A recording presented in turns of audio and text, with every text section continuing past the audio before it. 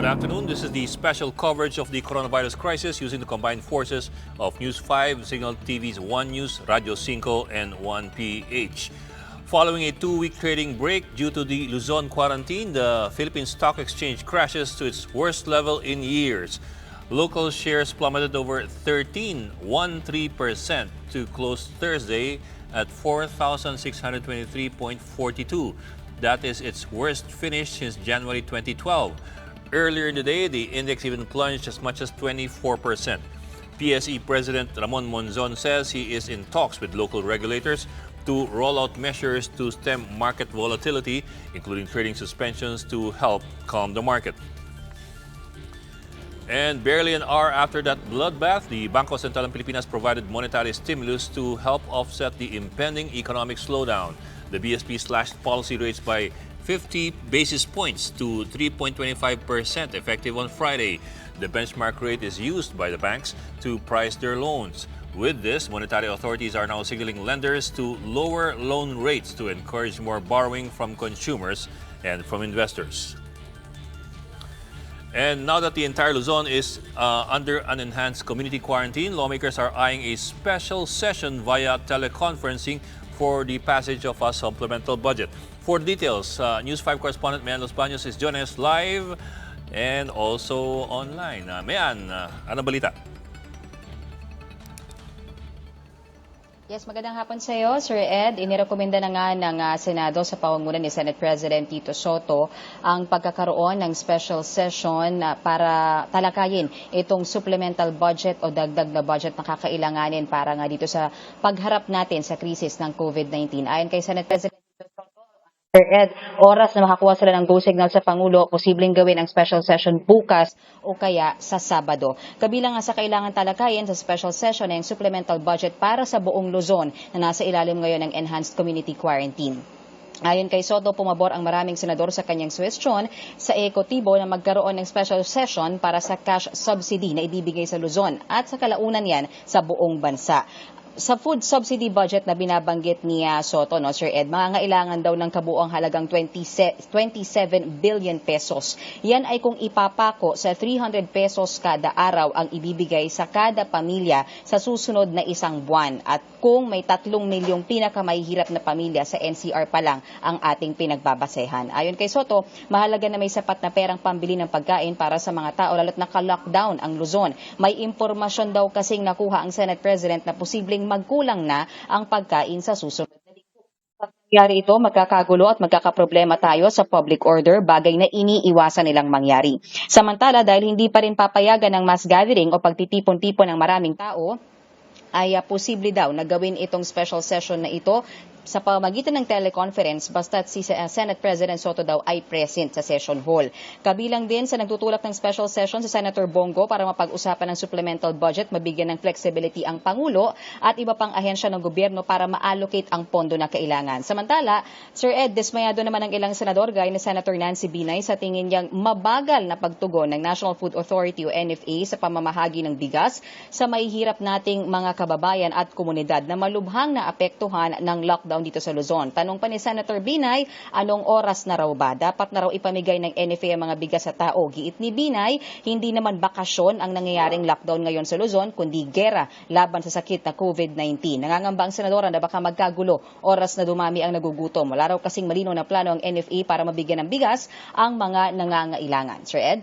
Okay, Mayan, yung binigit mo kaninang numbers, 27 billion amounting to 300 pesos per day per family. Tapos yung 3 million mo, is that Yes. families or individuals?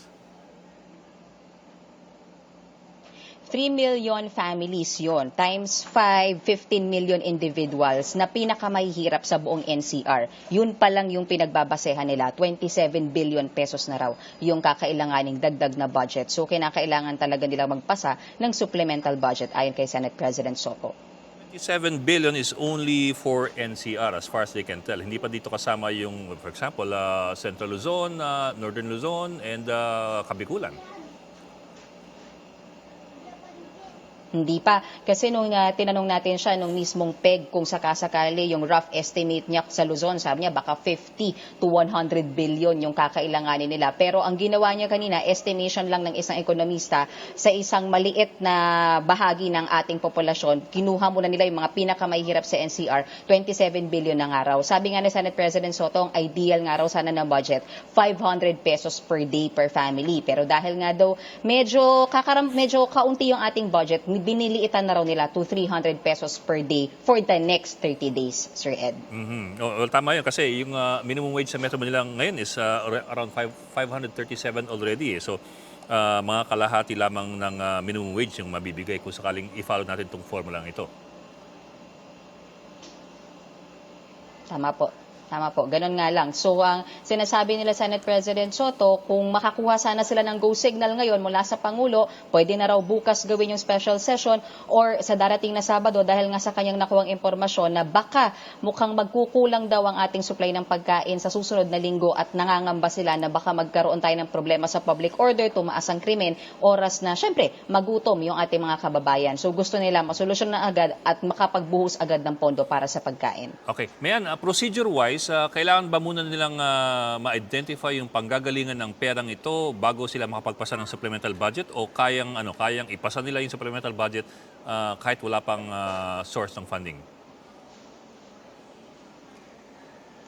May binabanggit kanina, Bok, no, si Senate President Soto na parang may panggagalingan na sila na budget. May sinasabi siya na UCT na parang meron ng mga available funds na pwedeng panggalingan nitong 50 to 100 billion pesos na hinihingi nila. Unconditional cash transfer na nagkakahalaga daw ng 36 billion pesos na nasa 2020 GAA. Yan daw ay mula, ang impormasyon daw na yan ay nanggaling kay Senator Loren Legarda na dating Finance Committee Chairman. So ito yung titignan nilang posibleng panggalingan ng budget, Sir Ed. So yung kung kukunin na yan sa UCT, I suppose that's the budget for the UCT for the entire year. So parang ang maaaring mangyari niyan, i-advance sila yung UCT for the entire year para ilaan dito for 1 month or 2 months na gagamitin para dito sa emergency fund. Tama po. And kasama din dun sa gagawin nila para kaya gusto nila magkaroon ng special session is also para magkaroon ng provisions na magkaroon ng flexibility si Pangulong Duterte and other agencies na mag-realign. Kasi di ba medyo bawal na nga yan dahil tapos na yung ating budget season. Pero dahil nasa emergency tayo, nasa crisis tayo, bibigyan sila ng certain amount na pwede nilang i-realign to certain items within itong habang itong time period na nilalabanan natin itong COVID-19. Okay, may nabagit ka kanina na kailangan nata na at the very least si Senator Soto nandyan sa Senado, tama ba? Oo, tas ni-review din namin yung rules kanina. Ang medyo komplikado pa to, hindi ko pa masyadong maplansya sa utak ko kung paano mangyayari. Kasi for them, para payagan na magkaroon ng teleconferencing, Sir Ed, dapat daw magkaroon ng suspension of rules para payagan sila na hindi sila physically present sa session hall. Ang problema, for them to suspend the rules, kailangan din physically present sila sa plenary to declare a suspension of rule. So parang hindi pa masyadong malinaw sa akin. Pero ang sinasabi sa ating impormasyon dito, Sir Ed, posible daw na i-advance na yung questions and answers, ano yung mga kailangang pagtuunan na kailangang pagdebatehan para kung sakasakaling kailangan yung presensya nila sa plenaryo, botohan na lang, tapos alis na sila.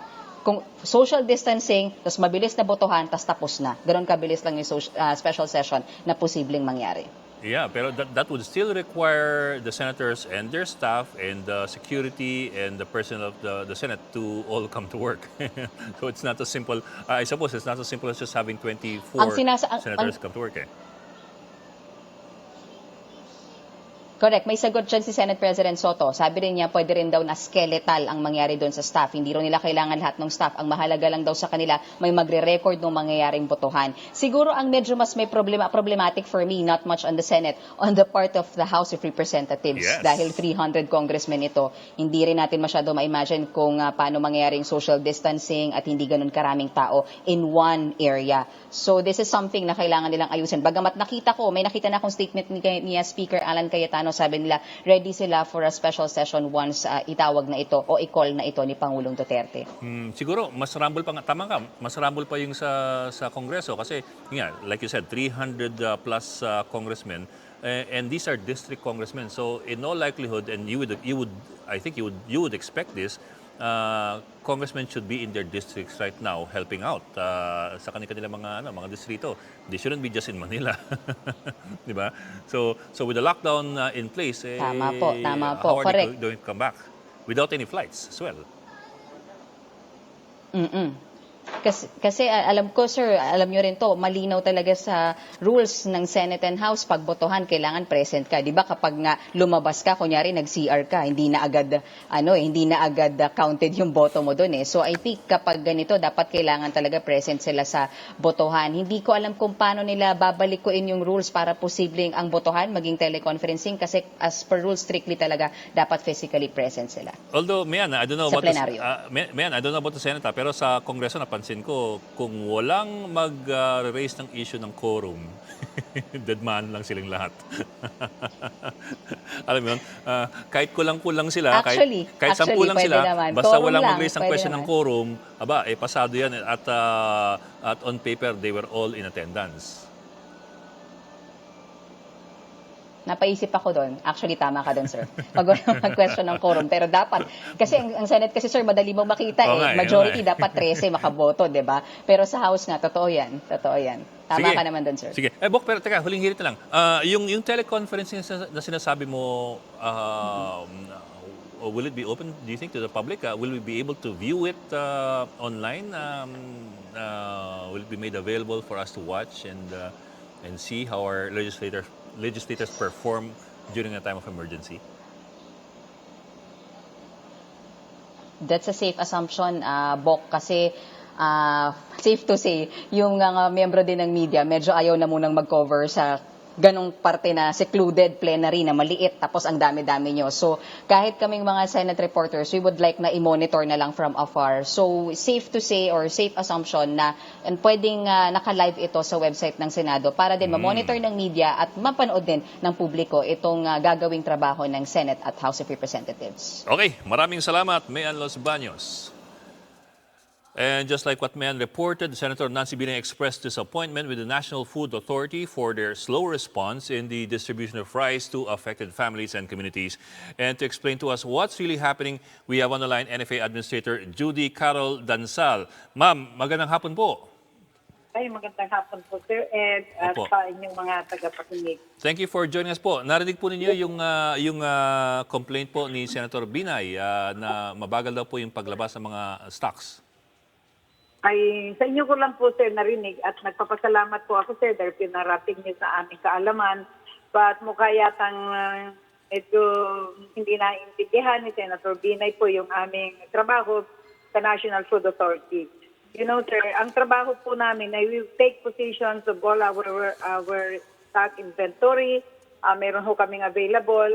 Ang sineservan namin pursuant to the new RTL law is that Ma'am, are you still there? Administrator Dansal, can you hear us? I think we lost the administrator. Subukan po namin balikan si Administrator Dansal ng NFA in a few minutes. In the meantime, other government agencies and private firms are also ramping up efforts to help curb the further spread of COVID-19. PAG-IBIG Fund is offering a 3-month moratorium to its member borrowers in Luzon, including the NCR, to help defray their expenses during the enhanced quarantine. Eligible to apply for the moratorium are PAG-IBIG Fund housing loan, multi-purpose loans, and calamity loan borrowers with payments due on March 16 until June 15. San Miguel Corporation revives Nutriban, the vitamin-packed bread which will be distributed to affected Metro Manila communities amid the COVID-19 outbreak. The company promises to continue delivering food products to LGUs, checkpoints, and hospitals in Metro Manila. Nutriban was introduced in the 1970s and distributed primarily to public elementary school students as a complete meal. Labor Secretary Silvestre Bello on Thursday thanked companies who committed to give their employees their full pay for the duration of the enhanced quarantine. In a statement, Bello called on other big enterprises to take the extra mile in assisting their workers during this crisis situation. He also appealed to employers not to resort to retrenchment amid the work stoppages, suspension of public transportation, and restricted movement of people in their communities. At babalikan po natin si Administrator Judy Carol Dansal ng NFA. Ma'am, can you hear us? Yes, sir po. Ay ma'am, naputol po. Opo. Ay, tuloy ko lang po. Yes po. Sa amin po, sir, ang mandato namin is mag-position po ng bigas para sa mga LGUs, DSWD during calamities.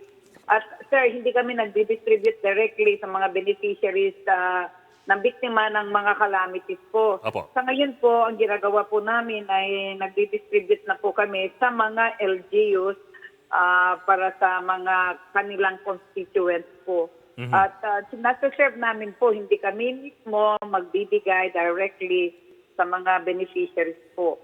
It's either through the LGUs or through the DSWD po. Okay, buti mo malinaw. Ma'am, yung NFA po, kamusta po yung inyong buffer stock?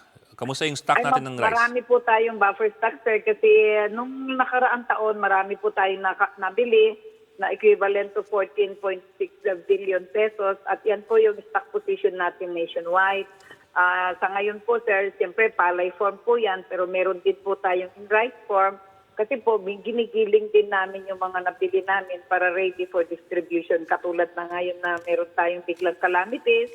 Nagsimula pa po noong January dun sa Taal Volcano eruption. At ngayon po, ongoing po yung aming distribution at saka yung aming positioning at saka yung magmula po nung nagkaroon ng Taal Volcano. Okay. Ma'am, Eruption. yes ma'am. Ma'am, sa tansya po ninyo, ilan pong buwan ang ating reserba ngayon?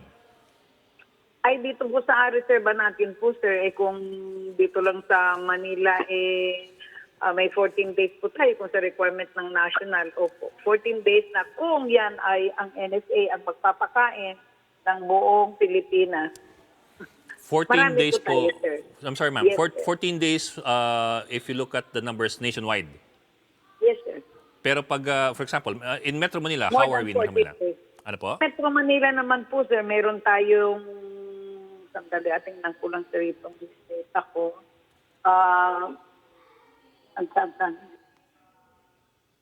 Meron ko kaming 400,000 bags at kung ilang araw po silang current inventory namin ay for 4 days. Hindi po tayo kukulangin. At kami po ay ongoing ang mga transfer ng aming trucks nga galing po sa Region 1, Region 2, and Region 3.